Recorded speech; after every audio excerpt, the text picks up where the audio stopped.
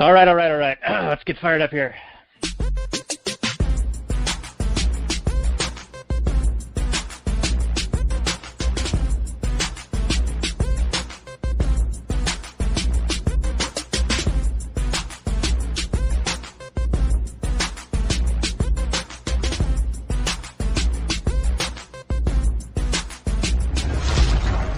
Maximum freedom. Read. Stay on target. Maximum freedom. Stay on target. Maximum freedom. Read Rothbard.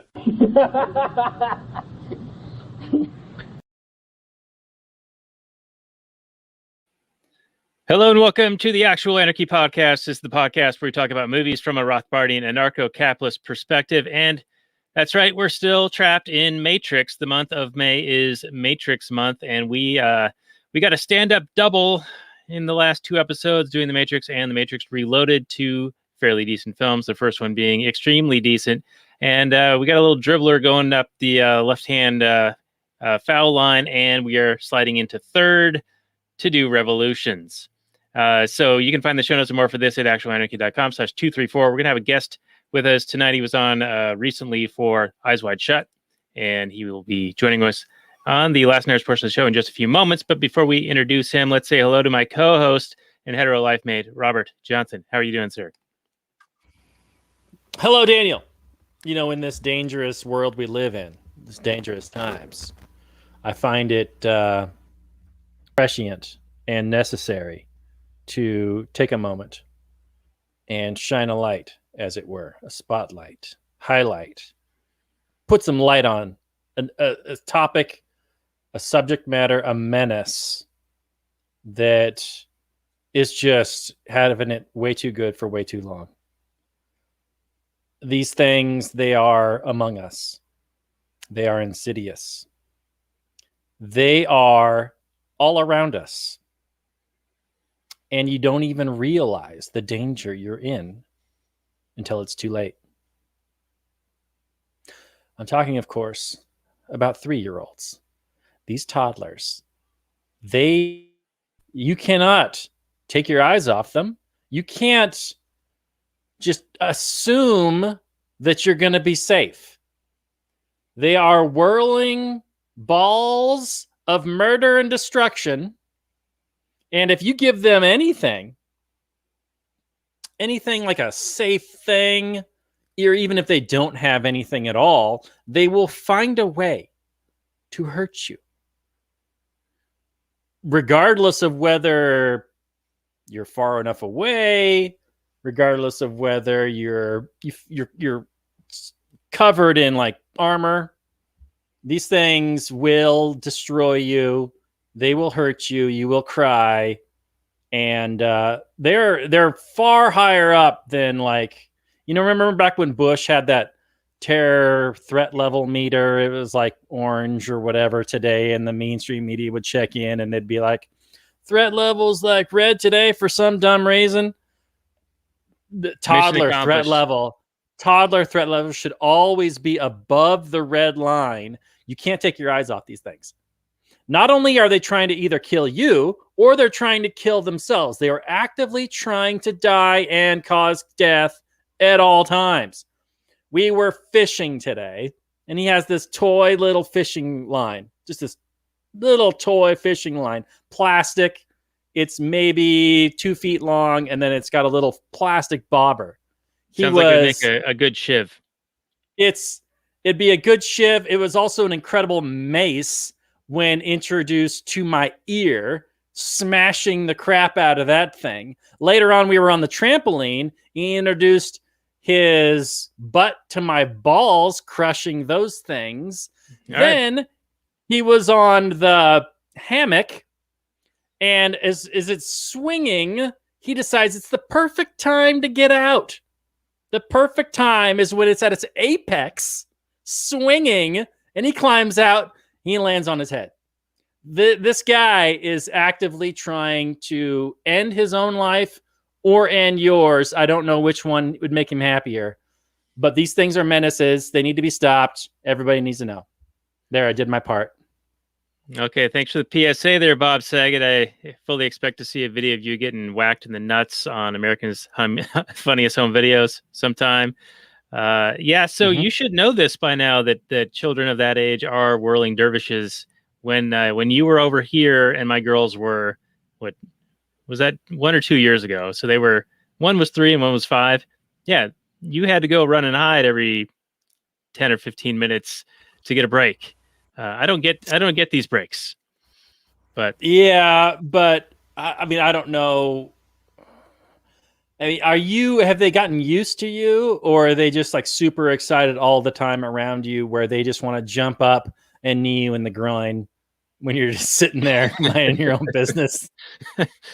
well, yeah, that's there's always a risk, right? Like anything they do, they don't have an awareness of who might also be in range of whatever action they're doing, of being Mhm. thrown at or swung into. But I Mhm. think it's just the nature of development and learning and growing as a human being into a fully functional adult. It's a slow and ponderous course. Yeah. So I'm just hoping that this kid survives these years because I can understand why when parents say, "Oh, I'm just trying to keep him alive," that's actually a serious job. They're not just making a joke. That is a hardcore undertaking, and it's worthy of respect. All right, to all the parents out there, especially the moms, we missed you on Mother's Day last week. Happy Mother's Day. You're doing great work. Keep it up. Keep those kids going. Get them fully developed, and then they too can do a movie review show with their hetero life mate best friends from childhood. We survived, Robert, and hopefully most of the kids out there will also. So yeah, hopefully we did survive. I don't know how much damage I caused as a toddler. I assume a great deal. I want to apologize to my father's testicles, my mom's boobs, any other sensitive parts of their body that I probably damaged multiple times.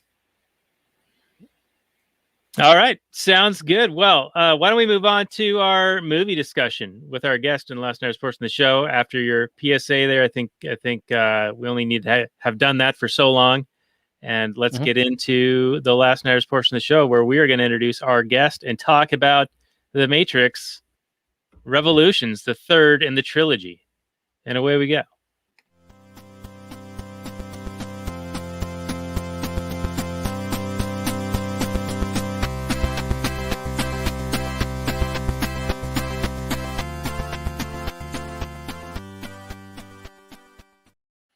Hey everyone, it's Daniel Elwood, and my co-host is Robert Paul Johnson. We are the Last Nighters. You can find us on the Liberty Movement's YouTube channel and also at lastnighters.com. Tonight we're going to be talking about The Matrix Revolutions. It's the third in the trilogy, and we are continuing our series of the month of May, doing Matrix, which is, of course, very dorky of us. You can find the show notes and more at lastnighters.com/177. And we have a guest who has been on very, very recently. In fact, he was on just 3 or 4 episodes ago talking about Kubrick's final film, Eyes Wide Shut.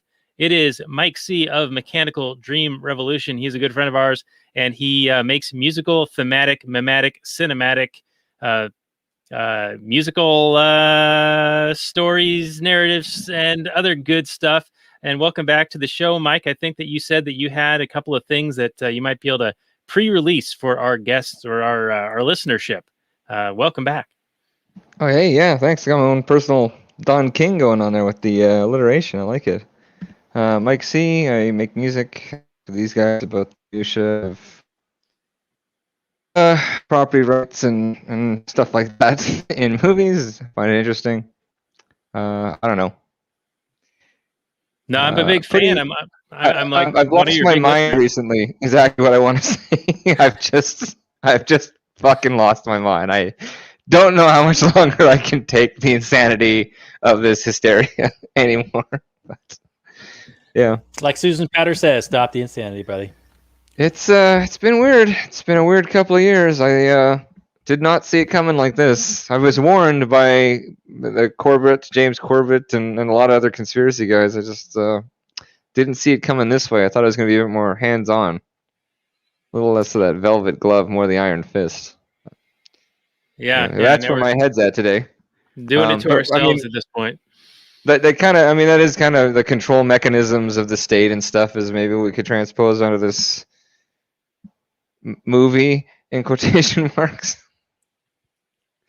Yeah, I have it back for you, so that I'm going to be releasing probably a couple weeks, so you guys can have that early if you want. You heard it, eh, Dan? Yeah, I I sent it heard to you? most of it, and I've also been listening to the workout album, the new one that you had released. We put that on the show notes page for Eyes Wide Shut, and so we could put it on for this one as well. Yeah, that's pretty solid. Oh, I was thinking too, you could do Man Against Time, which is that that tribute to Keanu that I did back in like 2015. Yeah, you got the Johnny Mnemonic in there. You got a bunch of other Yeah, stuff. it's pretty fun. It's basically all the movies that we love him for. I'm just gonna be working on the next installment of that idea now that he's done. Oh, he did Cyberpunk 77 and he did Bill and Ted's, and now he's doing the Matrix for us. So when that comes out, I'll just rip all the audio and see what I can do with it. Yeah, throw some John Wick in there, and make sure that you throw in the Wild Stallions. Wild Stallions, yeah. Well, that's that In Time. I did a remix of the In Time song, which is when they go to the future in Bill and Ted 1, and there's that song in the background where everybody's and they're all doing the strum, and then they just say their two lines. It's real fuzzy. I haven't seen that in probably 20 years. I don't know. For 20 or 30 years, I don't know. When did I see that? It would have been like 15 or something. So for a very long time, that song has been just on the back of my head. And then in 2015, like I did this and I just remixed it. So it was kind of cathartic at the time. Yeah. Well, we'll have links to all that at lastnighters.com/177, and people can find your work on SoundCloud, Mechanical Dream Revolution. No spaces, couple of caps at the first letters of various words in the name there. But let's start off with the Google description, which is how we do. And let me see if I can make this big enough for me to be able to read it. So The May-trix Revolutions is the third movie. Came out in 2003. It's got a 6.8 out of 10 on the IMDb, 35% Rotten Tomatoes, 2.9 out of 5 on Letterboxd, and 89% of Google users like it. I'm a little bit surprised by that. The description reads, in a dystopia overrun by robots, Neo, played by Keanu Reeves, mankind's greatest hope, is trapped in a limbo world. Meanwhile, the majority of the planet's population remains in a state of suspended virtual reality. The few humans who are cognizant of the grim realities of the world desperately try to hold off their mechanical enemies long enough for Neo to escape and save the day. But things turn disastrous when all-powerful computer program Agent Smith, played by Hugo Weaving, arrives in the flesh. Release date November 5th, 2003. Directors Lana and Lily Wachowski. Box office of $427.3 million on a budget of anywhere between 110 up to $150 million. Robert, your opening bid, please. Oh, here we are. We're at Revolutions, the leftover Matrix movie. This is what was left over to do after Reloaded. It's such not even a complete movie. It almost nothing happens in this thing. We know that there's gonna be a big fight, and that's about it. And all the dialogue is just like, oh man, what a big fight we're gonna have. Oh, I don't like this big fight we're having. This big fight, man. I hope I get to see stuff. They invent characters that care about characters just to have some kind of human emotion in this movie. Like we get introduced to Link's significant other in this movie, and she's worried about Link because he's out on the Logos. And then we're supposed to kind of feel like, oh no, are they going to be able to see each other again? This movie was such a non-movie. I felt almost nothing. There was no real climax. There was just a bunch of cool pictures. There were some cool scenes, a whole lot of CGI, shooty, bang, bang stuff. And then the fight was so anticlimactic. I felt nothing. This movie, the entire movie felt like you're just going downhill. Like you're just in a car and you're going downhill and everything is just really easy and you expect everything and nothing surprises you and you don't really feel anything. You don't even feel the rush of going downhill, but the movie is going downhill because there's no peaks and valleys. It's just a straight shot. And I could see why most people were disappointed with it. I certainly was on rewatch. I thought compared to this, Reloaded looks so much better just because there was actually something happening. Characters had decisions to make. Even Neo's decision to, go in and sacrifice himself to beat Agent Smith one last time. It's like, how many times does this guy have to kill Agent Smith or beat Agent Smith? That's probably why it felt so anticlimactic. It's like they kept ramping things up, but to the point of like pointlessness. It's like watching a Dragon Ball Z fight. You just like pretty images on the screen. I don't know. The whole movie was a whole lot of flash and no substance. And it's a really disappointing finale for the Matrix series. I don't know what else to say. I'm sure there's probably a whole lot of cool symbolism that we'll get into. I know Mike's got a whole bunch of notes, and I really do want to hear them. I want to hopefully get some kind of positive appreciation for this because I was really disappointed. I think it's by far the weakest movie of the three. So hopefully Mike can raise my spirits a little bit here. Yeah, a lot riding on your shoulders there, Mike. You're soon to be buffed out shoulders as we were talking to the pre-show bonus content. You got the new, we'll see what happens. new weight set. But I gotta concur with a lot of what you're saying, Robert. In fact, this movie was just kind of like happening before my eyes over the course of 2 nights. My wife and I were watching it, and you're just kind of watching it, and you're like not quite sure what's going on, and then you sort of doze off for a minute, and then you sort of like jolt yourself back. You're like, did I miss anything? I'm like, I don't think I did. I don't really know what the point of what's going on here. And the weird thing is Reloaded finishes in such a way to where it like leads directly into this one. So it's almost as if they intended this to be just one long 5-hour movie and they just, chopped it at one point. And then you kind of expect them to resolve a lot of things that were brought up in Reloaded. And I'm not sure they really do that here. It feels like they just sort of like pick right up, but then drop a lot of what was leading up to what you thought was going to happen in this one. Yeah. I'm just reading reviews on IMDb. There's a lot of 10s. For this film? Yeah. I mean, there's lots of 1s. I'm not saying there's more 10s than 1s, but I am very interested when people are in love with things. Yeah, well, so there is one sort of take on this, and that is the Mark Passio presentation. We talked about this with Pat McFarlane last week, where he goes through. Mark Passio gave a presentation that was like 2 hours long, talking about all 3 of the movies and what each of the characters represent, and that the first movie answers the question, what is the Matrix? The second question in the second movie is why is the Matrix? And then the third one, and this is the one that people are more resistant to as far as like the message in it, is how do we get out of it? And his argument is that this one was not well received because people's minds aren't ready to accept the information being presented here in the allegory.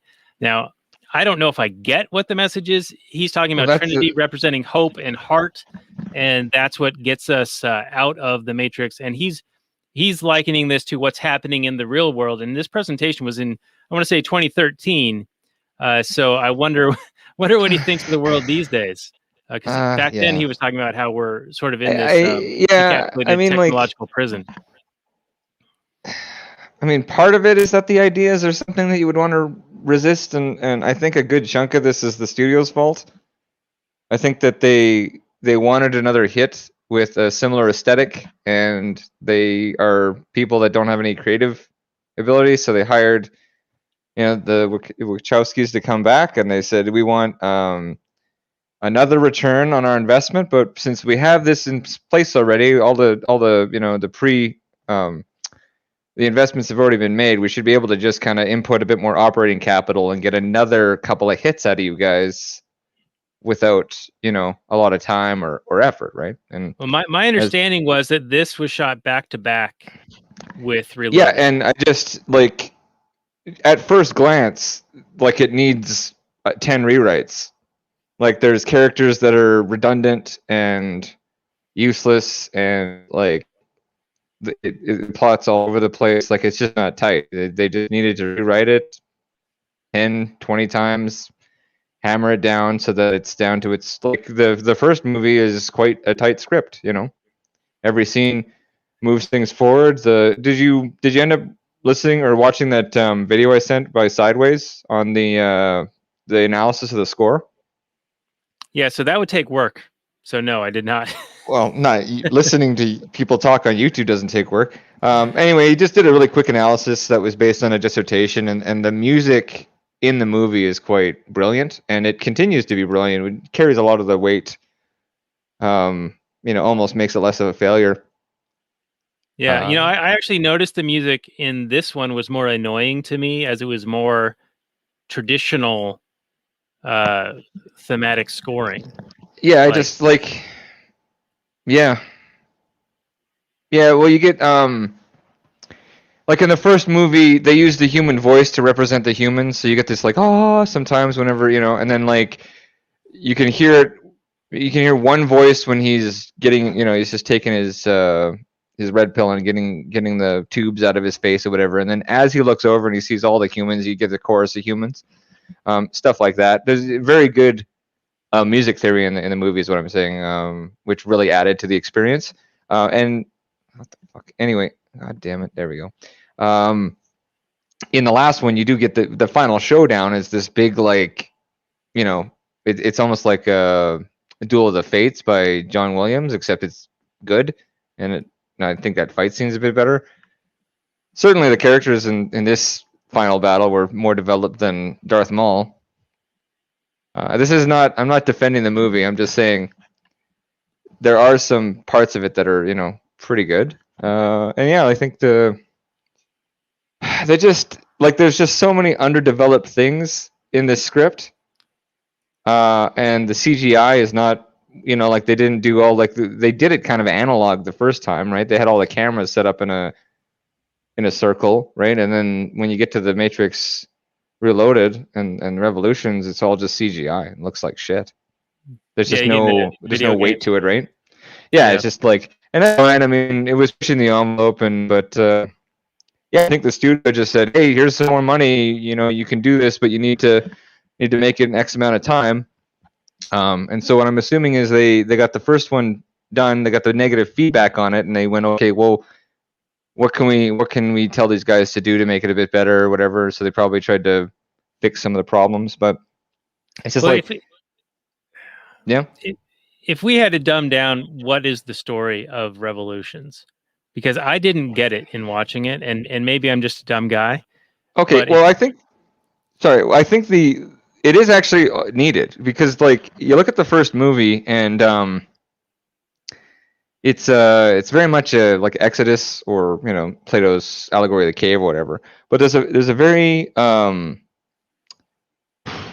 revolutionary theme to this, and revolutionary, like true revolutionary ideas are quite violent and binary in their nature. So it's all well and good to embrace the ideas, but like when you're talking about like other people that are in the system need to be killed or whatever, I mean those are pretty aggressive ideas. And so it is interesting to take a step back and then examine the Messiah complex that we have, and the use of the concept of revolution as a means of control, like as a steam release valve. Okay, yeah, we kind of were talking about that in Reloaded, because that seemed to be the premise that they were setting up, is that all of these different elements are actually control mechanisms themselves, up to and including the Oracle and Neo himself. that they are Yeah, all forms of control or of illusion of being able to affect change. So is that control versus choice? Whereas in Yeah. this one, I don't know if they don't seem to continue that theme. They just sort of Well, they tried. meander. Well, okay, so in the first Matrix, you get basically Neo as like Moses, or like essentially what the Jewish Messiah should have been, or what they sort of prophesized, where he's a bit more of a warrior king, leading them out of the oppression to the promised land. And in this, you get more of a Christian Messiah of self-sacrifice, and so a lot of this movie covers the divergent paths of the individual that evolve that come out of the Matrix in the form of Neo and Smith as sort of opposites of nihilism and then self-sacrifice for the community kind of thing, right? Is that Yeah, I kind of we get put that. our feet on that and then like go from there? Because like the revolutionary thinking is then the product of the Matrix, and it is fundamentally a binary. And when you end up in binaries, when you end up in that kind of thinking, you end up in the same problem. You end up with the same problem, and the system of control can just be, cycled back, right? Revolution. So I do like the ambition of this film, and I think they cover a lot of interesting ideas that other people weren't willing to take on. So I can't. Like, it's not like they were pretentious. Like, there's a lot of movies that fail because the people involved are like pretentious dicks, and this just failed because they took on too much, and they tried to produce it in a very short amount of time. I think that if they just I don't know, I wrote down why is there no the Merovingian character, right?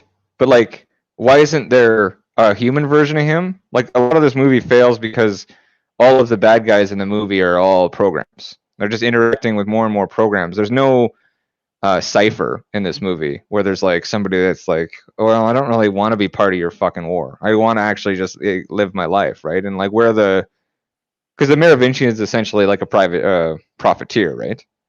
Yeah, I mean, there is that Bane guy, and that is a bridge for Smith to break into the real world of Zion. And actually, that guy, it was kind of amazing that he had the same intonation and dialect and manner of speaking as Agent Smith. He did a pretty good Smith impression. Yeah, I was impressed by that. Yeah. But that annoyed the shit out of me. Oh, really? Yeah. It annoyed the shit out of me that he was so obviously Smith.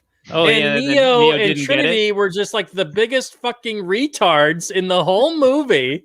Well, He uses the exact same intonations. He uses the exact same language as Smith, someone who Neo is intimately familiar with. And he's like, herp a derp, squirt a werp the whole time. They're in the movie, and we have the benefit of knowing that we're watching the movie.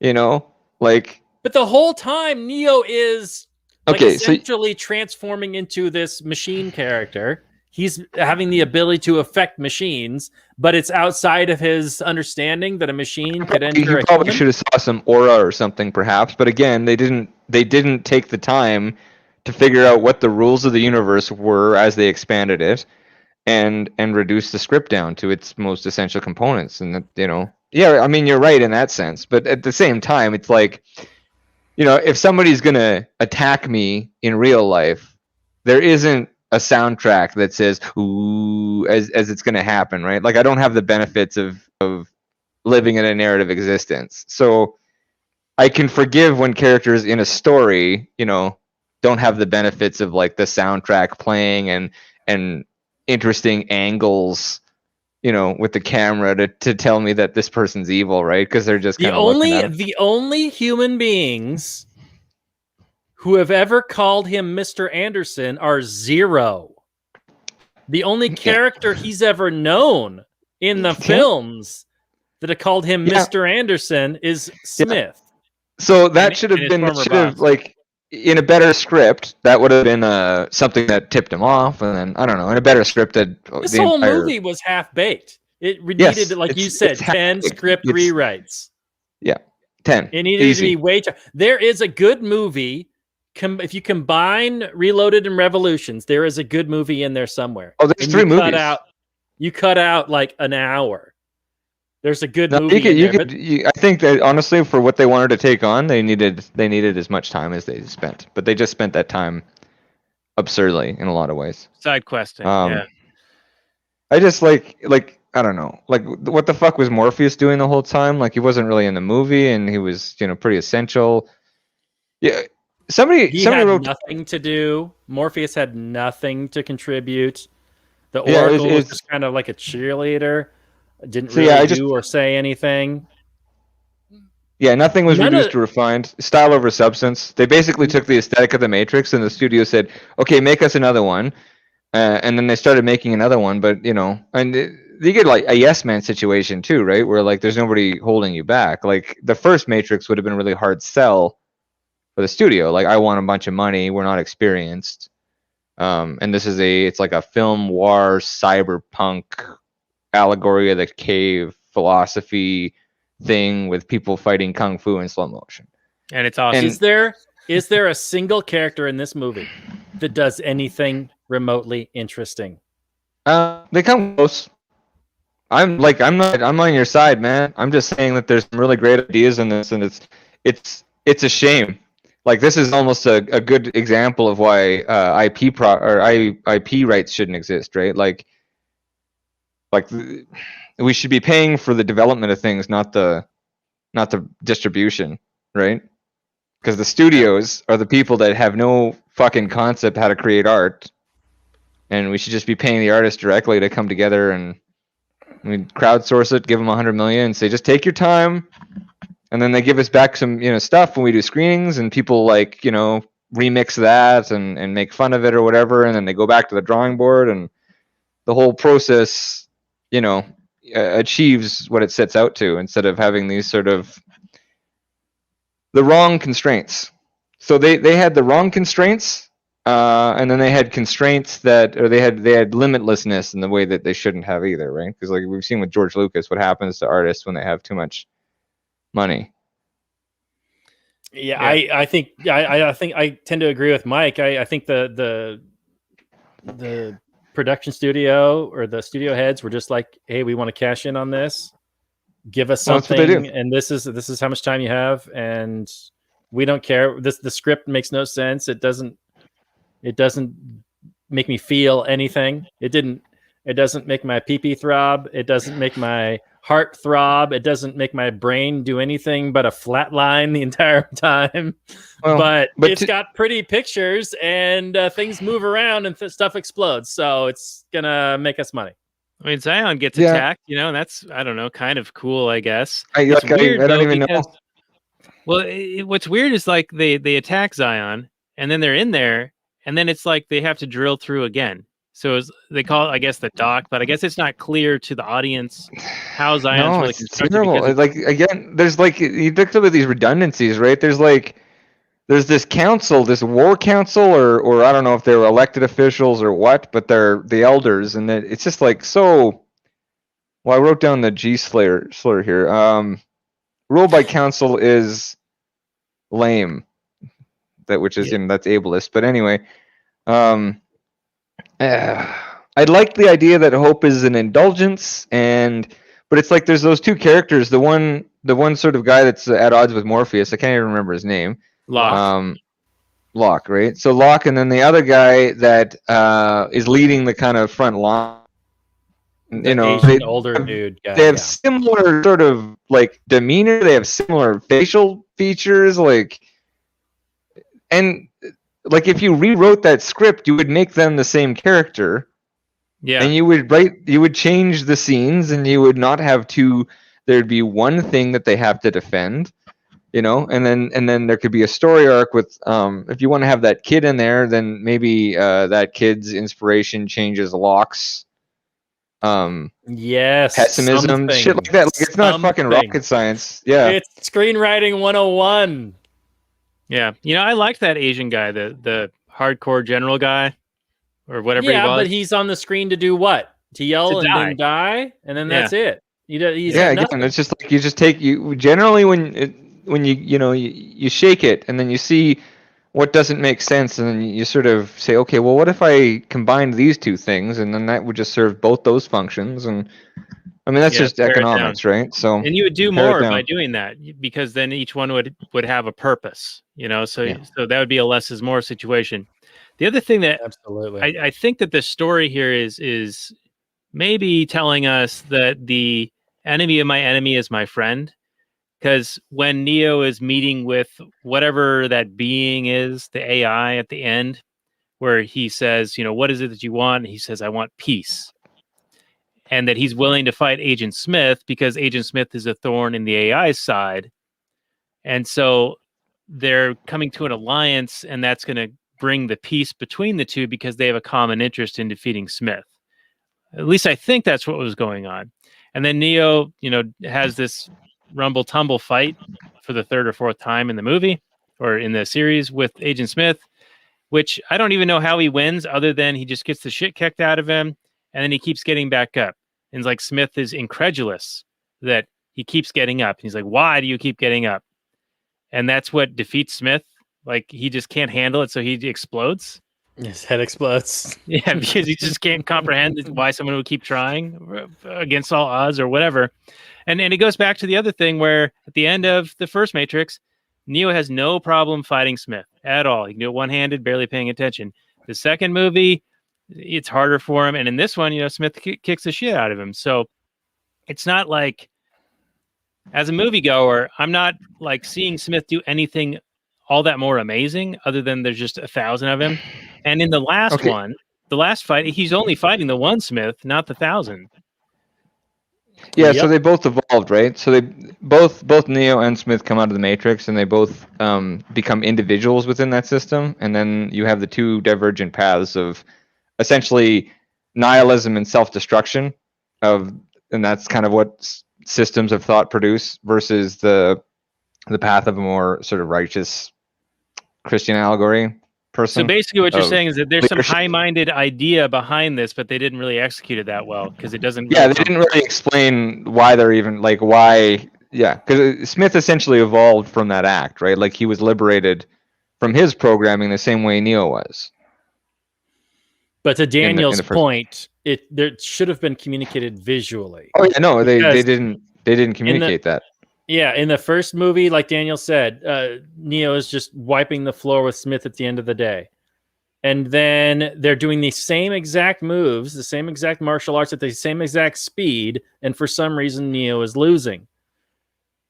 You have to go into some weird, hypothetical whatever to kind of like justify it in your mind why this is happening when there should have been some visual explanation. Well, now Like, there's Smith flying should have and just been whatnot. faster. Smith should have been faster. He should have been stronger. He should have been something that Neo couldn't handle for some reason, some kind of explanation as to why the one couldn't beat this guy. Well, Or he our could easily self-destructive before. nature is quite strong until we find some sort of belief, right? Which is what the Oracle represents. Yeah. I mean, it's not. It isn't. It's like, yeah. So the Oracle, and like saying, "Oh, this person represents this," is a sure sign that a movie has failed. Because like, you watch a really good allegory and such, you can say that as a placeholder, but it usually isn't like 100%, right? So when you're pushed to a position where you have to say, okay, well, this person represents this, and this person represents this, and this is the allegory happening. I think the movie's failed at that point because, like, obviously, if I've got those reduced points, then I just really need a couple of sentences to explain the idea. I don't really need to have a 2-hour movie. That's my position. It's just the economy, right? But if the Oracle seeks perpetuation and represents belief, right? And the Architects is the social construct, you know, and then from the social construct you get like the different divergent of the individual, Neo All right. and Smith, right? So maybe one of Like you guys can explain this. But when Smith goes to the Oracle, we're led to believe that he destroys her or something in some way. But at the end of the movie, the Oracle's sitting there talking to the Architect. So she obviously survived. And I also think that when Smith explodes, isn't there like a split second where you see the Oracle as the after result of the explosion of Smith? Well, she's laying there on the ground after Smith in that crater. Right. So is that saying that Smith like Smith has absorbed been her? destroyed, right, and then he has been removed from the equation, leaving Okay. behind the Oracle. I guess he could have Yeah. also left behind all the other thousands of people he absorbed, but that one was the strongest version of Smith, was the one that absorbed the Oracle, I Yeah. guess. Okay. Yeah. Mm, yeah. I mean, like, it's no fun to talk about the plot holes in this movie and the lack of structure because it's terribly written. It's like making fun of The Room. Do you know what I mean? Yeah. It's terrible. It's a terrible film in that sense. But like the ideas in it, right? Like, yeah. And if you have to go to ancillary works to understand why there's motivations for this or that, like that's horseshit to me too, right? For sure. So the Animatrix and some comic books, I'm sure, will give you all the answers you need. But that means the movie failed. Yeah, there was a reviewer that was saying that the video game that came out right after this negated the ending of this. And I've never played the video game, so I'm not sure what they're talking about. Are they talking about the Path of Neo or the other one? I don't know. They're just referring to a video game that they said has a better ending and negates the ending that is in Revolutions. I guess. Hey, I wonder if they're talking about the Path of Neo because I actually sent you the link in your Google Hangouts. Because at the end of Path of Neo, you go through the movies as Neo in the video game. It's a really fun game to play actually. And then at the end, when you fight, you get there and you're supposed to fight, the May-trix, and you have to self-sacrifice or whatever. The Wachowskis pause the game and then just sit down on two like 8-bit couches as 8-bit characters and explain the ideas they're talking about for about 90 seconds. And then they say, but Christian allegories aren't really very good for a video game ending, so here's a giant robot to fight. And Interesting. I really like that. Yeah, no, because essentially it's about overcoming the nihilistic sort of self-destructive tendencies of the individual as we come out of society, as we come out of the Matrix, right? And so, like, what do? Well, why do you persist? Is what he asks him, right? Mm-hmm. Why? Because I choose to, and then we talk about choice and stuff like that, right? And so, like, back to the Oracle, she's knowing the cost of a choice is what makes that choice real. If you don't know the cost, if you can't do a cost-benefit analysis, you're not able to really choose. And so that's an interesting concept, right? So she talks about how she lost her form. She lost that outer shell or whatever. The actress died, but they decided that this was the reason, right? She helped somebody, and that person essentially betrayed her, and she ended up losing one of her layers of programming or something. And she's okay. She says, I made the choice, and now that I know the cost, I've truly made the choice because I would make that choice again. No, those are interesting ideas to sort of bang around, right? Yeah, and I feel like that was just written in because the other lady died. Like that, they would not have done that had the same. Well, they in the first movie though, it's like, would you have still broken the vase if I hadn't said anything about it? Right. These little mind fucks, right? So like, why do you persist? Is Smith's position, and Neo's rejoin is because I choose to. And so it's about choice within a system of control. It's about what choice we actually have in a determinist sort of system. What our choice is real if we don't know what the outcomes are. Right. And it's almost a motivational thing. Like you listen to your workout tapes because you listen to Stallone talk as Rocky about overcoming difficulties and beating insurmountable odds. And so that's why one would persist, because they think that they can eventually overcome if they will themselves to it. Yeah, so you get down. This is a lot about the human condition and like sort of what we have to do to get by. I don't know, I wrote down some shit here. Basically, the Messiah complex is part of the oppressive matrices, and the only way to break through is So we have to get out of the cycle of rebellion because that's just another control function, right? And so, like, I guess like Trinity just ends up being love in this sort of what the characters mean, right?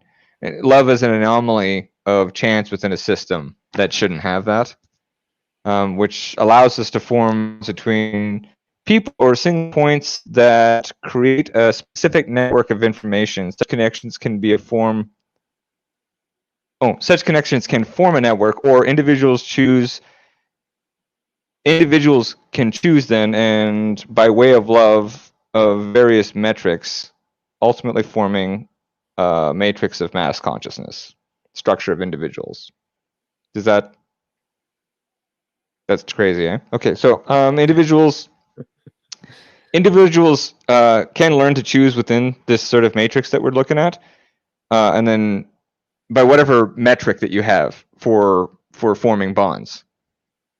So we have a metric of like 3 individuals here, like where we have 3 sort of metrics. I've decided to judge you, and I've decided to judge you, and we have a back and forth in these two, right? And we've ended up forming a specific network of individuals. Yeah. And from that you get so there we go. But from that you get from these bonds and free choice between individuals, you end up with a matrix or a network that's built from the ground up instead of a system that's trying to homogenize, which is the death. Like homogeny is death to any system because a single successful virus can wipe it out, right? Okay, so having the diversity makes it robust and resistant. Yeah. So and the Messiah complexes and the revolutionary complex are part of control mechanisms. So they're talking about the sacrifice of self and the reaching out to other individuals and forming a matrix, as it were, from the ground up and anarchically. So I mean, in that sense, you guys should be behind it. So is the story then saying that this is the 6th or 7th time that the one, Neo, has come through and met the architect and made certain decisions and always ended up failing and basically setting a reset? So in this movie, it's the final time, and he actually, instead of fighting the Matrix, he, common enemy, defeats Smith for the Matrix and desires peace. And so then the machines stand down when they're attacking Zion. So this sort of breaks that cycle. Is that kind of what you're getting at? Yeah, that's kind of what I'm getting at. Or more simply, you don't have to take either pill. Like, they present a dichotomy, and it's a false dichotomy. You can take the red pill or the blue pill. And the red pill people need to like murder all the blue people because they're trying to overthrow the system. You can just know that you're in a system of people, and you can just exist within it freely. Right, and like you can Cypher would have done. Yeah. Well, Cypher wanted the blue pill. Yeah.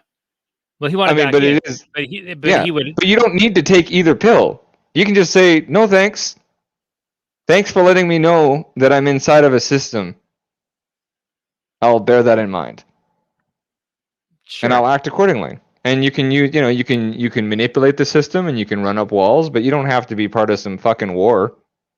Well, when Morpheus offers him the pills, yeah, they do say he has to take one or the other, right? But yeah, he could have refused. But he wanted a Messiah, right? Morpheus wanted the prophecy to be true. He wanted a leader to bring him forward, and the Messiah is the problem in a lot of ways, right? And I don't mean just like, I think that like natural leadership hierarchies can form, and we can be subordinate and dominant of each other without, like organically. But the cult of personality obviously isn't good.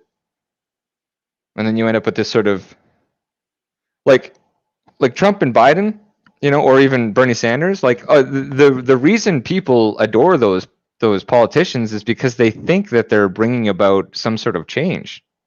That's always what they sell, right? So that's kind of what I took from it, which I thought was interesting.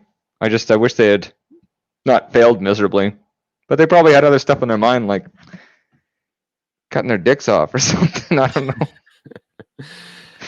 Yeah. I don't know. I don't even know if they're transitioned or not. But like, and to be clear, I do like even their like liberal propaganda, like in Sense8, I was saying in the pre-show. Like I like all of their crazy shit, and I don't have any problem with them transitioning at all. For the record, and not just for the record, I actually don't give a shit. But it's interesting. I wonder, like they must have just had too much on their plate. Do you know what I mean? When they were making this one, yeah, maybe. And it's just like, hey, you got to make this in 6 months. Like, what the fuck are you talking about? Are you crazy? I wanna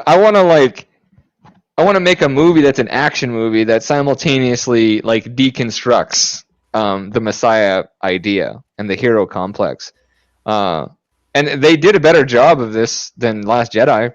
Still, like they didn't just try to subvert the ideas. They actually tried to deconstruct how narrative and how these like sort of like this sort of binary of rebellion and revolutionary thinking does hold us back as individuals.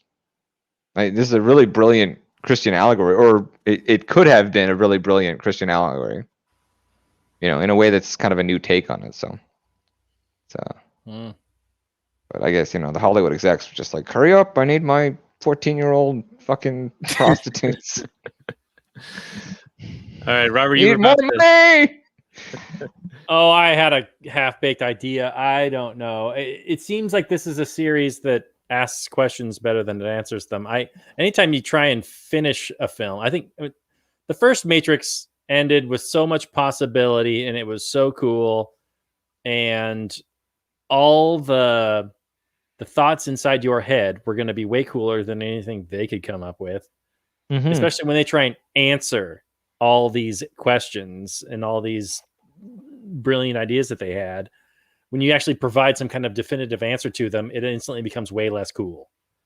And when they try and show you what Zion looks like, and yeah, they were swimming this war and this battle, it's like, you're taking on a whole lot. You really need to come up with something really ingenious to blow people away in any way that's going to be satisfying. Yeah, like they took on something where they're going to be swimming upstream, and to your man's point of saying that like the ideas in it are a lot less comfortable and acceptable. You know, you go into a movie and you're like, I want to see Hercules kill the Hydra. You know what I mean? Like you want to see a hero that you can follow, and this is like a very different kind of hero. So like the ideas in it are a deconstruction of everything that we normally see movies for. And so if you're going to swim upstream like that, if you really want to take on such a massive endeavor to take a think piece and some really interesting examination of philosophy and make it into an accessible action film, you better spend some fucking time and work it out. Like, it's not money. Money didn't hold them back. It's just like, it's trying to get it done. And as artists, they failed because they should have just said, well, I'm going to need more time. Or maybe they just thought they could pull it off. And there's a lot of sophomoric ideas in the first one. Like, it's a lot easier to manage. So maybe they just thought that, okay, we'll just keep, I've read a few more books about existentialism. Maybe we can just expand on this and hammer it out. And, I wouldn't even call that too arrogant. It just, people make mistakes. And a lot of people try to make a film and they fail in the execution, and it's a huge movie with a lot of moving parts. But I really think that the movie fails at its most fundamental level, at the script level. And there's obviously that still costs money to have people write scripts, and it takes time. But what it costs, nothing compared to once the film starts going in motion. The part that it really bothers me is that it doesn't cost anything for the Wachowskis to hang out alone and work on a script and hammer out a script. It costs the studio their profit that they think they should have. Like, I'm sure there was pressure on them, and they probably shouldn't have buckled to that pressure. Yeah, they probably thought that they had a really hot commodity and that it was losing something by not being in front of viewers at the time, and like we really need to rush to get this thing out. I mean, Star Wars still had a monster hit when they did the prequels 20 years after the original trilogy. They should have known, because you can make Tron Legacy fucking 30 years after Tron, right? You know, you can just make movies later if you want to. Yeah, the But first yeah, one it was was just what, it was 99, and then Reloaded was mid 2003, and then Revolutions was 5 or 6 months later. They could have. So I mean, 4 years is not. I mean, that's a pretty quick turnaround. Like, that isn't absurd. Well, especially since that was when they were released. I mean, these were huge CGI budgets for the time, and probably took about a year at least for the CGI, if not more like probably 18 months. That looked pretty rushed too, though, right? So, but they were, but they had a lot to do. Like, it's not. They probably had to develop a whole lot of stuff. This is what I mean, though. Is it just like I mean, there's a huge juggernaut that you had to keep moving, and they should have just made sure their ducks were in a row before they started. But again, you can't fault somebody for thinking they can pull something off and then just failing miserably sometimes. You know, shit happens. Yeah, I could have seen this being back-to-back, summer blockbusters, and spend another. That's what they wanted, right? And I was actually traveling in Australia at the time, so like Reloaded was kind of a godsend. I was like, oh shit, okay, I'm gonna go to a movie, because when you're traveling, it's all, well, there's not really any shock, the whole culture shock thing. You're just like a normal person, and then about 3 months in, you're like, oh, I hate everyone here. Why can't you guys just talk normal and use the right words for your signs and things, and just and so you're like, okay, so I start, like, when a movie I really want to see comes out, it's a bit of a godsend, right? So I watched that one, and then I ended up, I was working on a resort up north by the time the next one came out, and so the theater in the main sort of city there was having a marathon to release the new one at midnight. So with my spouse, I watched The Matrix 1, 2, and 3 in a row, and I swear to God, when Trinity was dying, it felt like an eternity, because I'd been in the theater for like 5 hours or 6 hours at this point, and Trinity is just dying and dying and dying forever. Like, it was terrible. That's maybe the worst death scene in cinematic history, and it's really bad. It's like, Jesus Christ, why am I still watching this? Yeah, I think I talked it's only like 3 minutes. I should have felt something when she died, and I didn't. And I should have felt something when Neo died, and I didn't. It's really bad. No excuse. Like, I was just kind of exhausted at that point. You know? Wait, Neo died? Yeah, he so that's the thing. I guess. It's the annihilation of self to avoid self-destruction, right? Like, that's terrible. So to avoid the nihilistic, suicidal tendencies of the ego, you need to find a higher path. So maybe that's why they call it the path of Neo. I don't know. That's the path of the one. But I sent you the diet. It's a minute 43. I think you'd really like it, actually, because it literally just explains what they were thinking in the movie. Okay. What's funny, though, is like, back then you could just fail, and like, there wasn't the same backlash. Nobody liked it. We have a bit of hate, but nobody's. I don't know if they got death threats or anything, but like, there wasn't the same. I don't know. Maybe it wasn't quite as beloved, but it feels like it was. Like, to a lot of people, wearing trench coats and sunglasses. I mean, it did well at the box office, as far as I can tell, $400 and some odd million. I'm sure that with all the marketing and whatnot, it probably didn't make. Well, you have to see the end. Yeah, got to see the end, man. Basically, they, in the first movie, they wear their sunglasses because it looks cool, but they take the sunglasses off. In the sequels, they're always wearing sunglasses. It's just style over substance. Yeah, they just in the Matrix, not in the real world. Swallowed up by their own aesthetic in a lot of ways, right?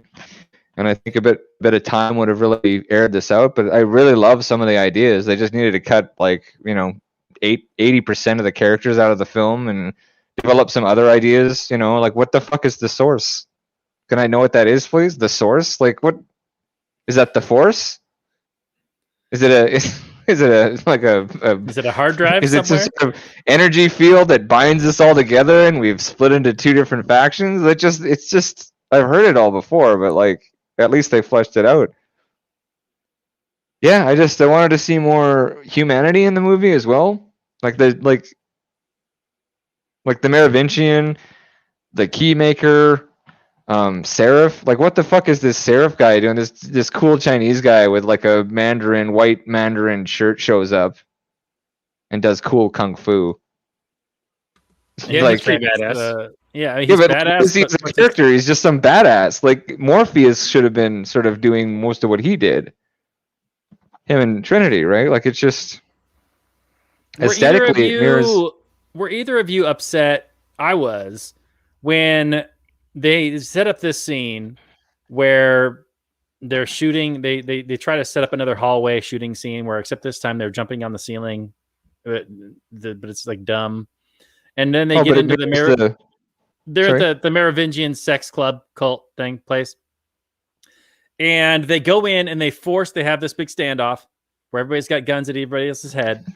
And they're like, you got to give us Neo. And he's like, okay, I will. But you got to give me the eyes of the Oracle. And Okay, that would have whatever been, the fuck. at least that would have been an interesting choice for the heroes to make. I Yeah, don't know. I don't a see them side actually quest? doing that, but it's a side quest, sure. But then the movie is just like, no, we're not going to give them any kind of interesting choice to make because Trinity's just going to like threaten to kill him and threaten to kill herself, like die right there. At least it tells you something about how she feels about Neo. I get that, but it removes an interesting choice from a character. And I hate it when movies don't let characters make interesting choices. Yeah, there wasn't a lot of interesting choices in the movie. There were like zero interesting choices in this movie. Yeah, And it desperately needed a character to do something interesting in this movie. Like there's the little Indian family. What was the point of them? The little just girl. like to show that What was They're extra characters program that could have been love. consolidated into other characters. It's like I don't know. There's the train master or whatever the fuck his name was. the train and- master. What was the point of that guy? But again, I think the reason that like we're not invested is because every single antagonist is a computer program.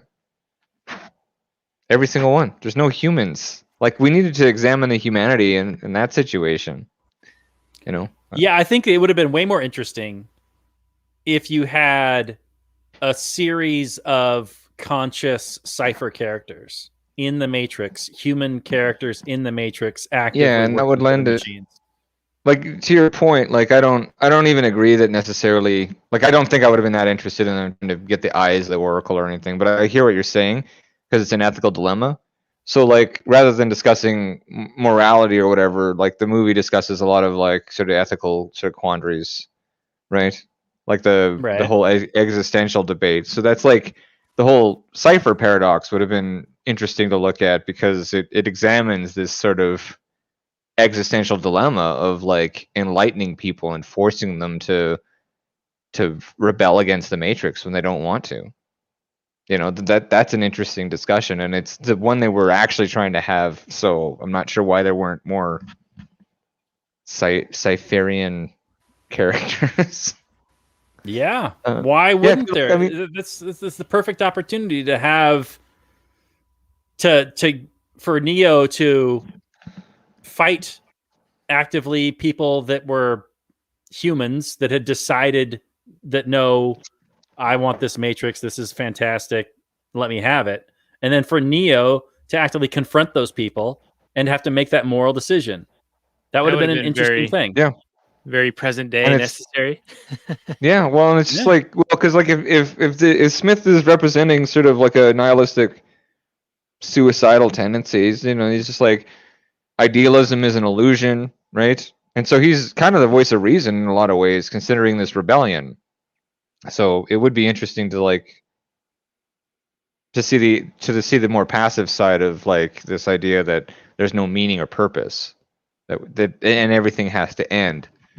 because then you've got like the humans that are sort of the they're not like on Smith's side, but they're the sort of placid version, which is what I encounter a lot, right? Is people that just don't really care, or this sort of nihilistic thinking that there's no purpose or meaning. And you can be moralistic, like you can be morally nihilist and not, it doesn't suffer too much. But if you truly believe that there's no purpose, it's difficult to get out of bed for a lot of people. You know, so. Yeah. Can we talk a little bit about the train master and the whole Neo being stuck in a sort of purgatory? It seems as if it's sort of a ham-fisted attempt at putting in a Greek mythology. It was limbo. Yeah. Mobile station is limbo station, right? Like they're not even going out of their way. Like that's. And the train master is like the ferryman in Hades, right? In Greek mythology, I forget the name, but he takes you over the river. Yeah. Oh, I think his name was Train Master. Pretty sure, yeah, train master. But it felt like they were just fitting that in, and then just to have that moment with the computer programs that spawned an offspring, and then had developed the sense of love. And were willing to sacrifice to get her out because she was going to be deleted or destroyed. Yeah. And even though they knew that they would not be able to go with her, the fact that she would be able to continue on was important to them. So they were willing to give up very much for that, including letting her go because they would no longer be with her. But where was she going?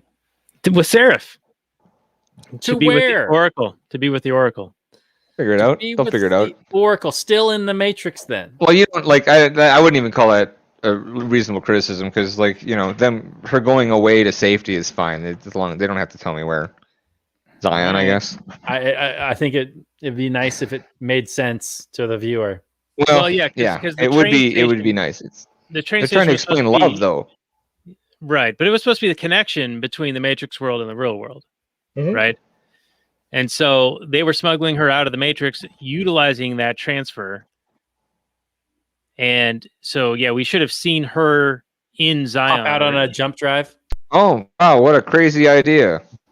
Have a conclusion to that thread of the story, for sure. Considering that... If she had been the one who came out and then was with, what's her name, Z, who was with the butch-haired girl shooting the rockets. Shooting the rockets, yeah. She came out of nowhere, and then she died. She had like a 5-minute, like heroic screen. This fight's not diverse enough.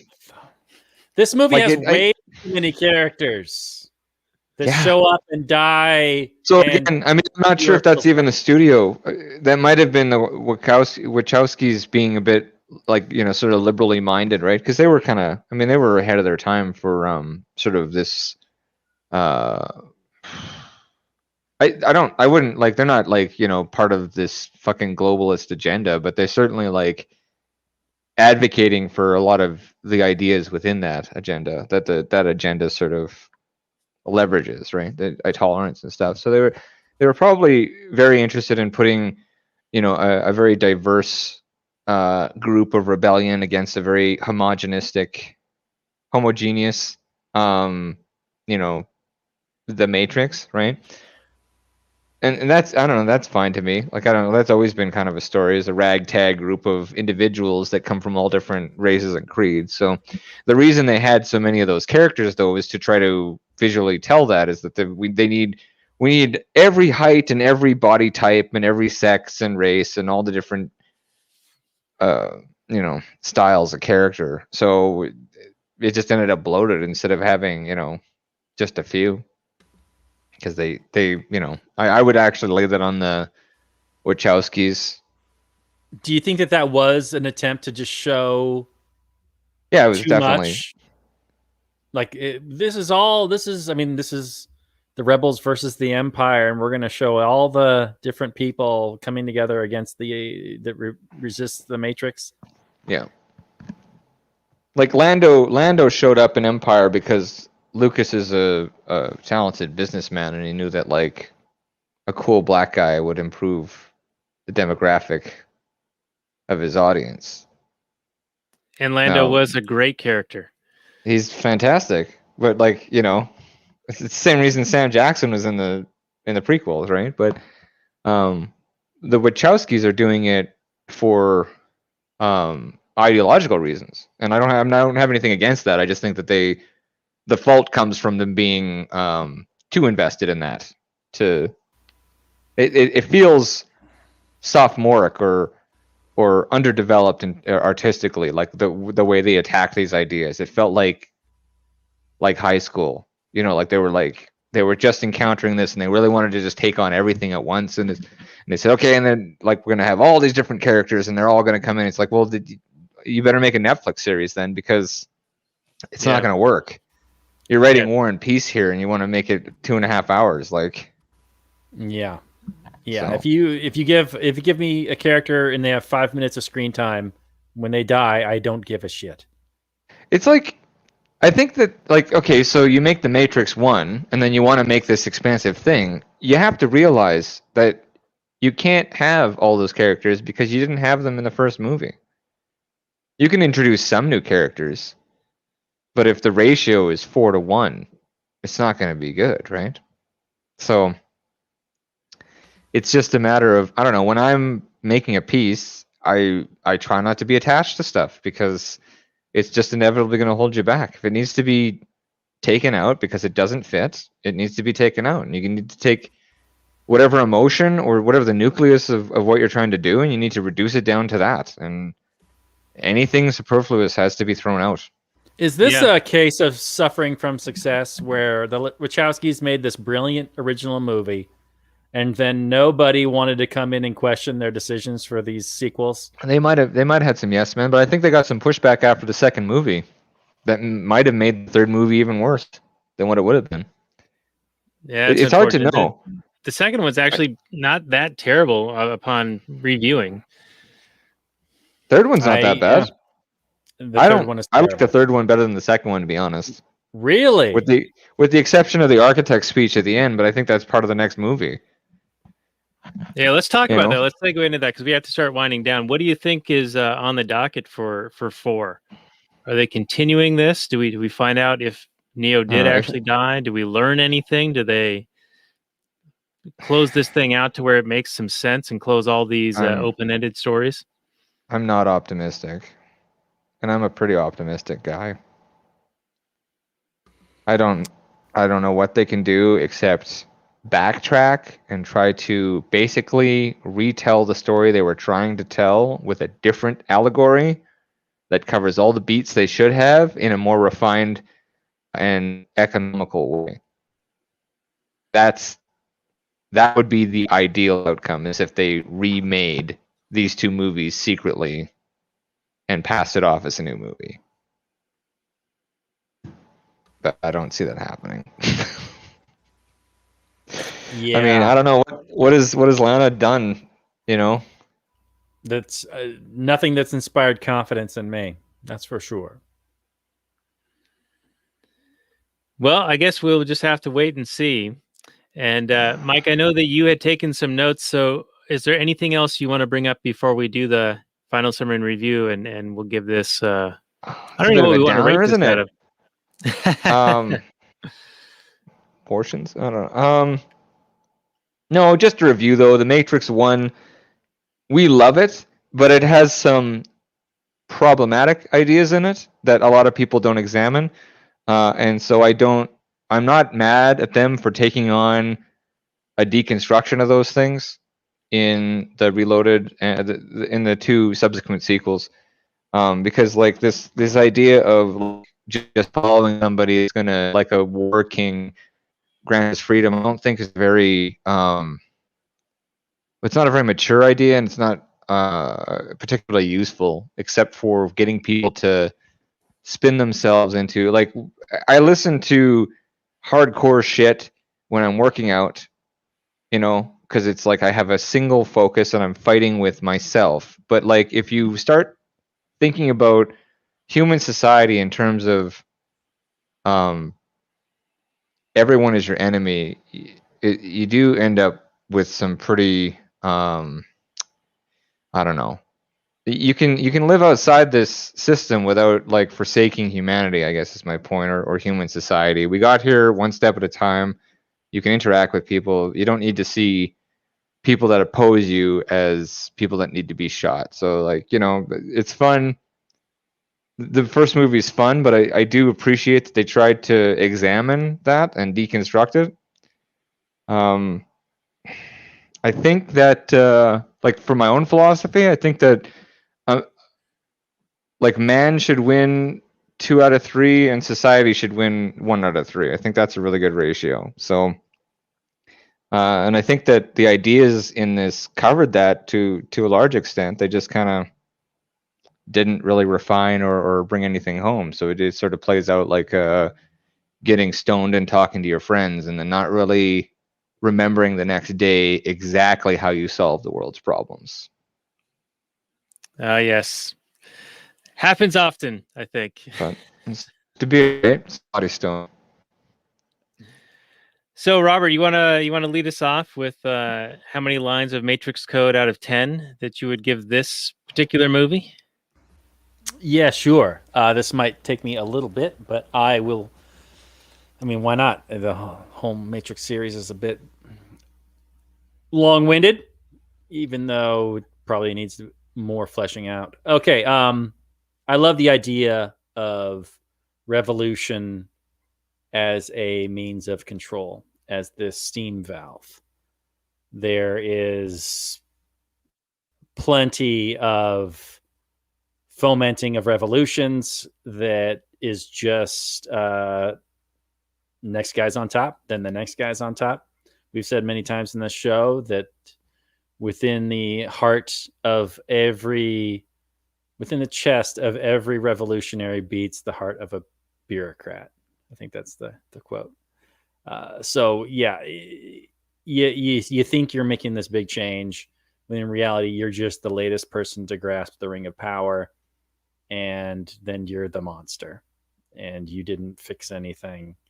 You're going to make the same mistakes that people have been making over and over and over again.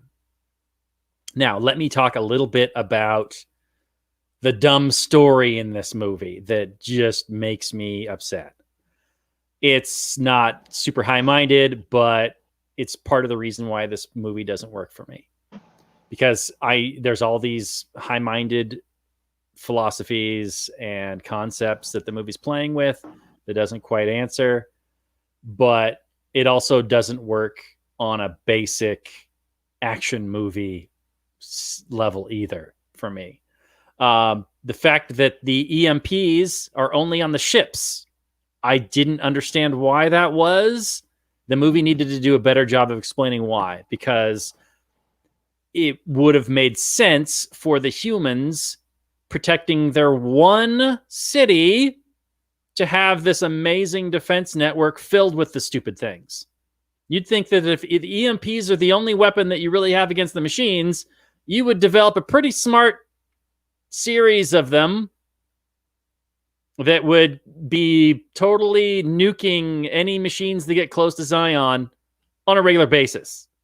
And that there would be entire jobs and professions that, well, I'm an EMP maker, and then I'm an EMP resetter, and I'm a rebuilder of EMPs, because these machines constantly are triggering them, and then we go out and reset them, and then that's what it is. Instead of just having like a big concrete dome, and like as soon as the machines dig down close enough, then whatever.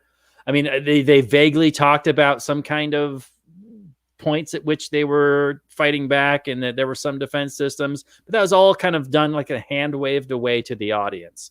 You really got to show these things and make the viewer understand the stakes and the reasons why you're showing us what you're showing us.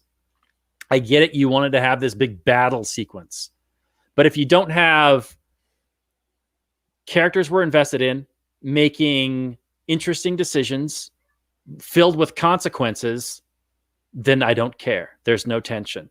If there's some new character that I don't know doing things I don't understand the weight or the consequences of, I don't give a shit whether they're really struggling with the wheel and, oh my goodness, another character just said that this person's really good at steering. Why would I care? Why does that impress me? It doesn't at all. Okay. The mech units. I know it's been complained about before, but I don't know if I've said it recently. So I'm going to complain about it here too. The dumbass mech unit design that doesn't protect the user at all. We figured this out hundreds of years ago. Well, at least 100 years ago. The first design of the tank wasn't just a guy strapped to a big old metal thing. The guy was actually inside the metal thing so that the pointy, shooty things didn't get to the soft, fleshy dude inside. It makes no sense other than from a filmmaker's point of view that I want to see all the emotion on the face. You can still cut to the inside. I mean, Iron Man, he's like a big old metal man, but they cut to the inside and we'd see the face of him like reacting and emoting and stuff. You can still do that and not be completely retarded when the machines, all they have to do is like get within 15 feet of the guy and you got Dr. Octopus like stabby and the guy's dead. It's super easy. And the whole defense system of the humans, it means that they're dumb. And when characters make dumb decisions, it makes me care less about the characters. It's like, yeah. It's like when a character does something stupid in a horror movie, good. You're stupid. You deserve to die and be murdered because no rational, smart human would act that way. I want to see blue-pilled humans fight Neo. I want to see red-pilled people fighting blue-pilled people and getting into it morally and ethically and getting into it ideologically. Can I say that word properly? Probably not. But you know what I'm saying. I want there to be debates on both sides. And I want, even though if that's not super interesting to you, that's what I want to see. I doubt that we're going to get that, but it seems like the most prescient thing to do in this next movie. So I don't know, but this movie gets 4 lines of code, and mostly because it was such a letdown. I know you really need to stick the landing in these movies. And if you're going to tell a big old epic story about humans versus machines, and the first movies are so badass, then this movie was just a big fat letdown to me. And so that's what it gets.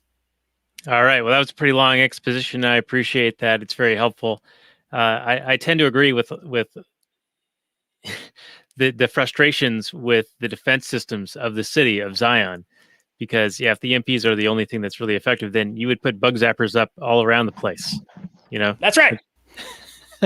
Why would you invest so much in machine guns if EMPs are so much more effective? We got millions of bullets and we got millions of machine guns, but EMPs are just the thing that do it. Dumb. I know it's not super exciting, but you wanted to have this tension-filled battle, but you did it with characters I didn't give a shit about, so you fucked up. All right. So thank you for that. Four lines of code from Robert. So I will probably agree with most of what you're saying, in that this had maybe some elements that could have been really interesting, and they had set up a lot of things in the first 2 movies that did not get resolved in this one, and so those were letdowns for me. And it's a bit unfortunate because a lot of the ideas were philosophically, high-minded and really struggling or presenting the viewers with like struggling between making choices and repercussions of those choices and seeing the downstream effects of them. And then we don't really see any of that really play out to fruition. To your point about what the 4th movie could maybe be, I like that idea of maybe he has to deal with the blue pills finally, and the red pills have to fight the blue pills, because in the first one they do talk about how these are the people who are enslaved, but they're not ready to be freed, so they are your enemy until they are free. And even after they're free, as an example of Cypher, they can still be your enemy, which to Mike's point is also an interesting premise that was missing from this movie. But one of the things that you said earlier, Robert, that I thought was really interesting was that when you go through these cycles of revolution, it's just the next man up, and he becomes the tyrant or the dictator. And that would be kind of a nice premise for number 4 to be, what is the result of this revolution that we see in this movie? And does it turn out to be more of the same? Hence the 7th or 8th cycle through the architect's system. That would be pretty fun. But I don't know if they're going there. But hey, if you guys, need to cram in any more ideas and you're listening, these are free. They're free. It's a free show. You can find it on most podcatchers, wherever you want to go. And if you want to give us some money, patreon.com/lastnighters or lastnighters.com/Patreon. Either way, you can probably find it. Anyway, I'm going to give it 4.5 lines of code. It was kind of incoherent. I don't really know what was going on. I think Neo died at the end. I don't know. I think he sacrificed himself. I know he's blind, but he can still see the code. So I don't know. So 4.5 lines of code. Mike, your final summary and review. Oh, fuck. 1/4 portion. Let me just think here. This is a terrible movie that I think a lot of people should watch because it's important to throw the baby out with the bathwater, as they say. There's some really interesting ideas in this movie. They're hidden very carefully with the failure of the artists and the machine, the Matrix, if you will, that makes the movies. So it's a good lesson in possibly hubris, possibly the slumlords that sort of rule our narratives, in Hollywood. I think it's very ambitious, and I do applaud the Wachowskis for taking on such an ambitious project. I think that talking about these things is, it's a lot better than pretty much everything else we get, philosophically at least. So, like I said, I think it's a terrible movie structurally, but I do urge everyone to watch it. So I recommend it. I don't know, like talking about the mechanics of the warfare and stuff. That's all just terrible writing, and I think we all would have just forgiven it had it been a better film. Like, story-wise, if the characters were more interesting, you're willing to forgive all that shit because all you want is the sort of legendary stuff anyway, the tale, right? So, I don't know. There's, like I said, it's really ambitious, and it's something that needs to be discussed. But there's no half measures in art, so 0 out of 10. Whoa. Is that the first 0 of all time? Yeah, 0 out of 10, but I recommend you watch it because, like I said, interesting ideas. And, if you're not willing to kill yourself for it, then, like, maybe you should take a step back and, not take on, just go make Speed Racer then. That was fun, like I break my back when I'm the whole Bisbee Boy project, like season 3, I was pulling my hair out for a year. Fucking, it didn't ruin my life, but like it hurt. It was something I needed to do, and if you don't need to do stuff like that, if you don't need to commit yourself fully to it, there's no half measures. You're just producing more noise. And you can just tell a story that's more acceptable. If you want to just hammer around a bunch of fucking ideas from a book, a couple of books you read on existentialism, but like, again, don't throw the baby out with the bathwater. Like, one must imagine Sisyphus is happy. Like, why do we go on? Like, why do you persist, Neo? These are interesting and crucial ideas. The self-destructive nature of the ego and our desire to destroy the world rather than admit, our limitations is, and the whole like love as an anomaly that connects us, and the self-sacrifice, the sacrifice of self in order to make connections through love to form a more stable and sort of anarchical network of individuals that can create, a better tapestry and something that can, move forward as a species. These are awesome ideas, but so I recommend seeing it. yeah, 0 out of 10. That's a pretty Get impressive your score. shit together. Epic, Mike. I love it. I love it. It's the artistic purity that you're striving for, and I think if all those ideas are in there, and it's hard to tell in a lot of ways, but if they are in there, then the execution just wasn't there to really make it clear, and not that everything needs to be like spelled out totally perfectly, but at least make the story interesting and concise. I think they're capable of it. I think they could have done this. I think this could have been a masterpiece, and whatever stood in their way, they let that stand in their way, whether it was themselves or the studio or the the audience or the hubris or the or the yes men. It just I don't have any sympathy. I think I don't know. All right. Sorry to interrupt you there. I'm fucking pissed. All right, perfect. I'm pissed that people don't put more effort into shit. Well, I'm pretty sure this was still a monumental effort, but there were probably some pressures, as you were alluding to earlier, that maybe prevented them from seeing their true vision and realization. So they sort of like slide into third just barely here on this trilogy of the Matrix. And you know what? The Animatrix, which I haven't seen in quite a while, and we will watch and do next week with the return of the great Afrolibertarian, Ryan Jones will be joining us to discuss the Animatrix. He's a bit of a comic book guy, and he was also a big fan of the Matrix and wanted to discuss it. So we're going to be having him on next week. And from what I remember, the Animatrix is like 5 or 6 little vignette stories that are like prequel style to the movies, or at least a few of them are, and it sort of fills in a lot of the gaps into the story. And I like that approach, and I think that fits in really, really well in our Matrix, the month of May. Yeah, I remember I've seen the Animatrix. It's been a while, but I do recall there are some, like the first one really tells the story of how the first AI and how, these robots were all oppressed and whatever, and then they fought back. And it even tries to explain why the mech suits are open in a stupid way. Fucking A. If you need to go to ancillary work, the piece has failed. Yep. No, it's true. It's true. Well, that'll be one of merit. That's the whole Star Wars argument. Oh, if you read this comic book, it all makes sense. Like, no, not seeing any. I'm not giving them more money. Like, you didn't give me the product I wanted, and you're when I complain, you're like, oh, you just need to give me a bit more money, and I'll give you more of the same. Yeah, I hear you.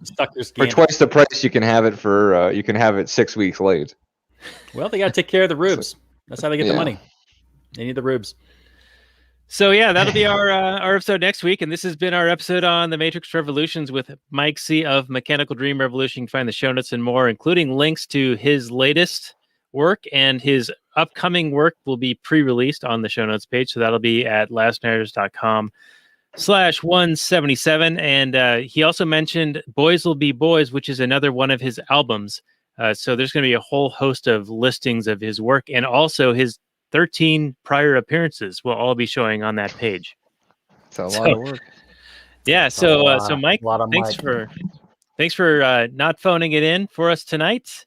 Robert and I we're not super enthusiastic about this, but you brought it tonight and also gave it the first ever 0 score. So that will be a momentous commemoration here. So anyway, everyone, we'll be back next week with the Animatrix with the Afrolibertarian. And you can support us at Patreon. Go to lastnighters.com/Patreon or subscribe to us on YouTube and give us likes on the old Facebook page and things like that. You can also go to trubster.com and buy some of the wares, some of the artistic inventions that Robert has created. So that's TRUBBSTER.com. And those are some of the ways that you can support the show. Ratings and reviews and all those things are greatly appreciated. And we will see you guys all next week. And we'll say good night from last night, everyone. Peace out.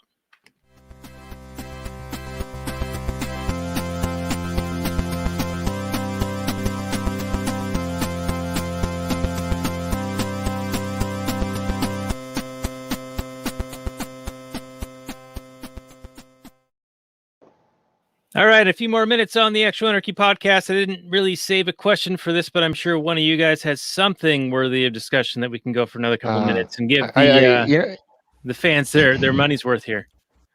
Yeah, so for the hardcore fans, the ones that have been here since the beginning, the actual Anarchy fans, this is my recommendation. Go on to IMDb and look up the 450,000 reviews on this movie and just read them.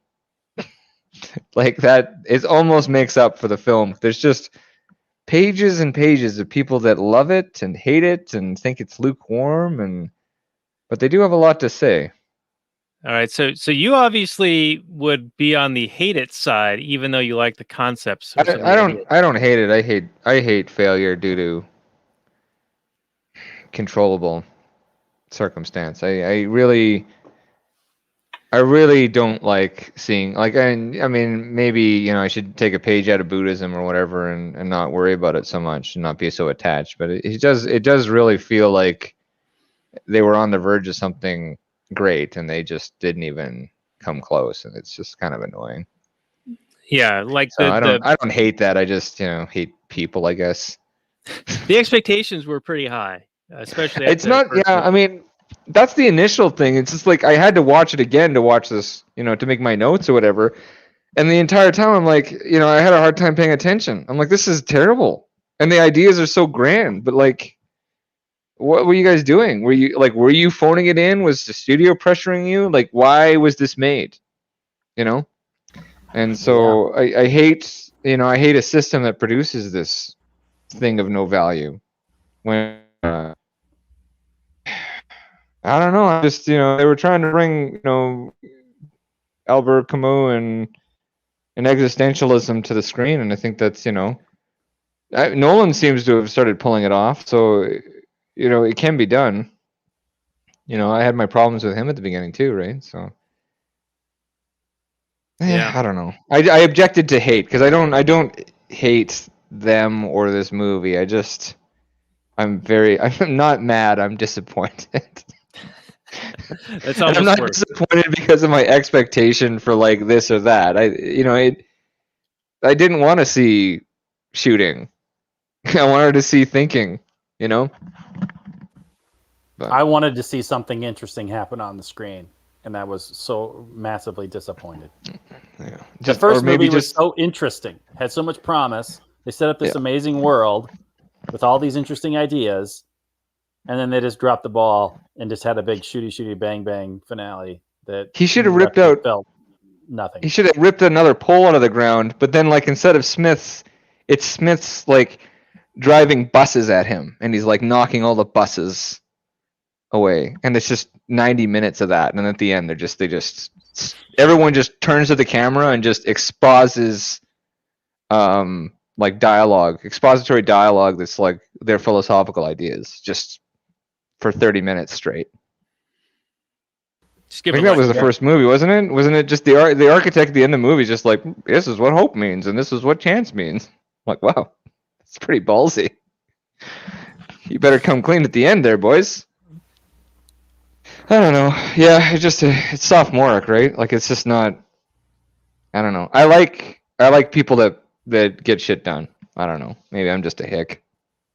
It didn't feel as mature. Yeah. Like it's not even. It's like the cowboy in me that doesn't have any sympathy or accommodation for this kind of failure. It's like I'm like, no, you got to get it done. Like I don't give a shit about your fanciful concepts. I want results, Yeah, that might have been the pressure that made it fail, where they just wanted it done on a deadline, and okay, here's a movie. That's a different goal though, right? Like the studio invests in you, and then you make them money, and because it's all on the distribution end, there's terrible market incentives, right? Because the consumer has no connection to the thing being produced. There's no feedback mechanism, and the government creates a monopoly that basically disallows competition. So, I mean, Mike, do you think that the Wachowskis accidentally made a great movie? This one? No, the very first movie. Like They're talented. I think they that stumbled they upon understand. Say what? Repeat yourself. Oh, you're chewing. There now. are Great. there are a large number of people. This is not an argument from ad populum, but has been raised the idea that the Wachowskis stole the idea for their Matrix, as much as ideas can't be stolen. You know what I mean? That they more just, I don't know, what am I trying to say here? That I can. I they're get frauds. it. Okay. Well, a better way to say that they stole the one idea and they didn't have any ideas of their own is that they took on an idea that was manageable at the beginning, and then they expanded those things to more modern philosophies and more expansive ideas, and also wanted to reduce it down to simplicity, with their own tale, and they failed at that because it was too much. Like I don't like the allegory of Christ is very Platonistic in nature. Like Plato and Aristotle are the sort of foundational, ideas. And you get to Christianity and Western philosophy by way of a long arc, right? And then from that you get the Enlightenment ideas. But there's you can kind of see a through line of logic, or one idea, like ethics are built on top of other ethics, right?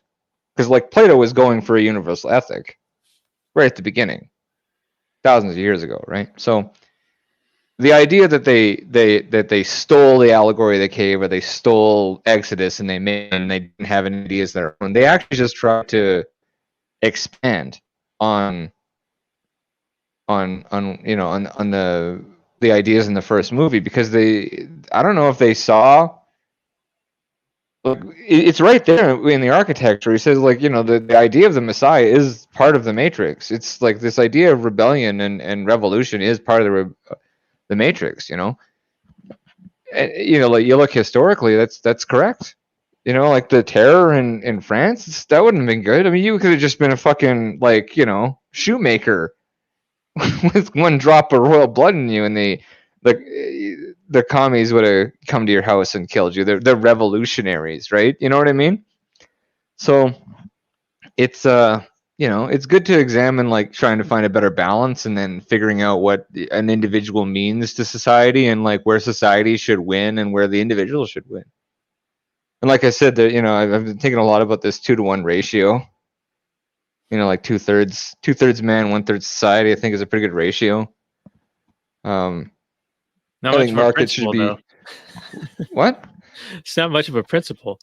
I just think that you should win as an individual, more often. 2-to-1, and then society. It's certainly an improvement on the current. Well, as opposed to just mob rule. But what I mean though is that if you examine it not as I mean, you guys are more interested in when you should win and when you should lose. I just think that's implied in what I'm trying to say. I was trying to, the idea is to create a meme that will, proliferate itself. And the fear is a virus, and love is a virus, right? So if you can spread ideas and you can get them out into the world, you can kind of make some effective change. So I'm on the side of humanity, but it's like we do get fooled a lot into fighting the wrong conflicts. So any filmmaker that's trying to take that on, I don't think is a fraud. I just think that they, and the reason I'm, giving it a 0 out of 10 is because they need to be spanked over it. They need, we need to be no, you suck, do better, and then you F slur or whatever, I mean, that's how you get it done. I didn't play sports in high school or anything, but I appreciate ridiculing people and demeaning them and trying to get the best out of people.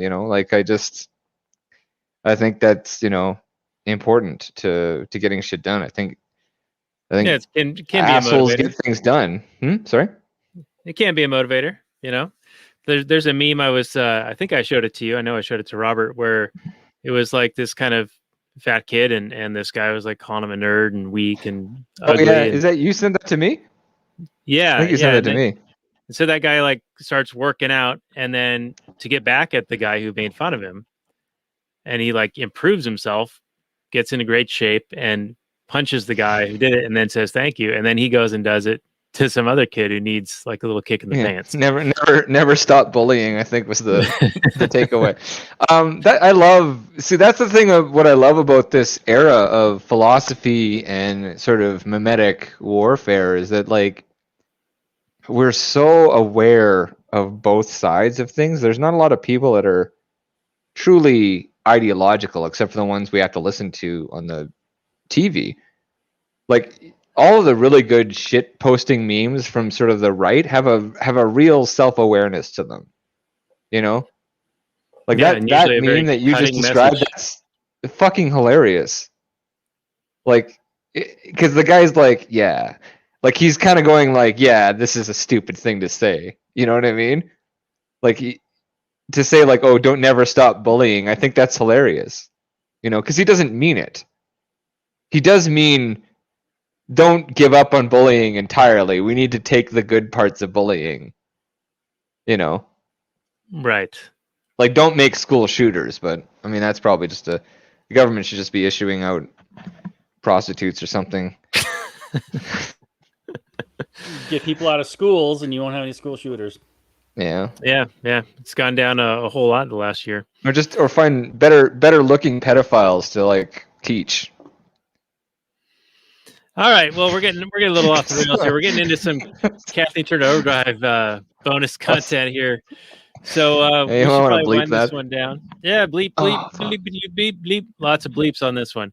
Anyway, this has been our episode on the Matrix Revolutions with Mike C of Mechanical Dream Revolution, and we will have the show notes at actualanarchy.com/234. You can find show notes and more, including links to various projects that Mike has been working on, including Boys Will Be Boys, the workout tapes, and what's the new one called? Oh, and Man Against Time, which is a Keanu Reeves inspired one. But Yeah, that's yeah. just like that.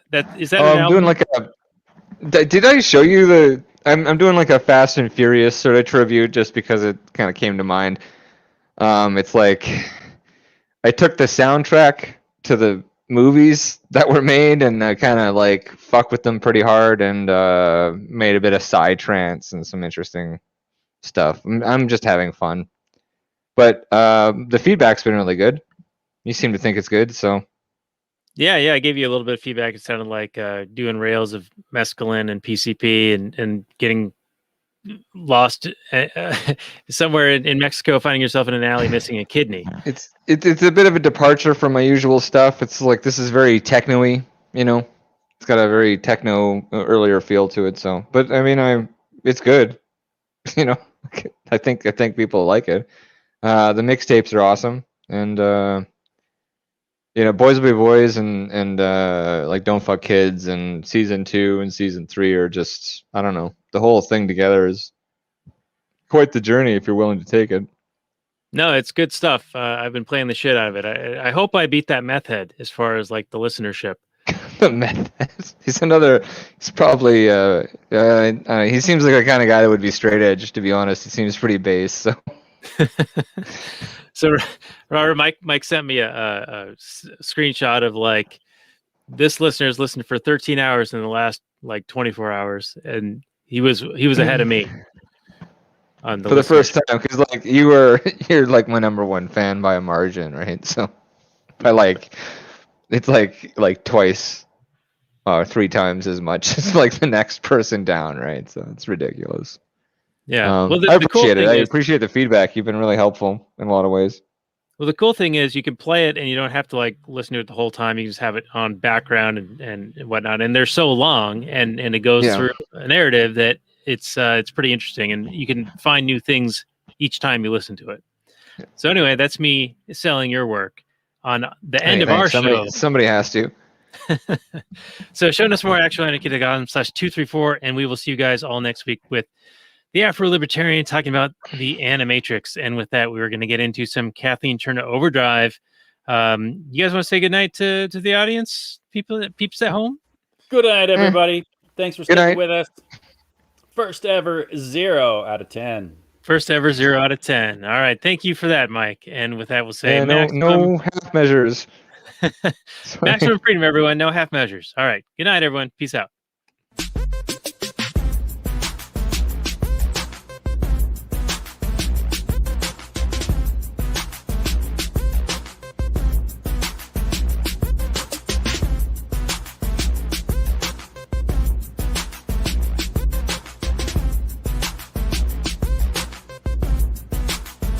The Chipmunks. CHIPMUNK. We're the Chipmunks. Guaranteed to brighten your day. Do do do do do do do do do do do.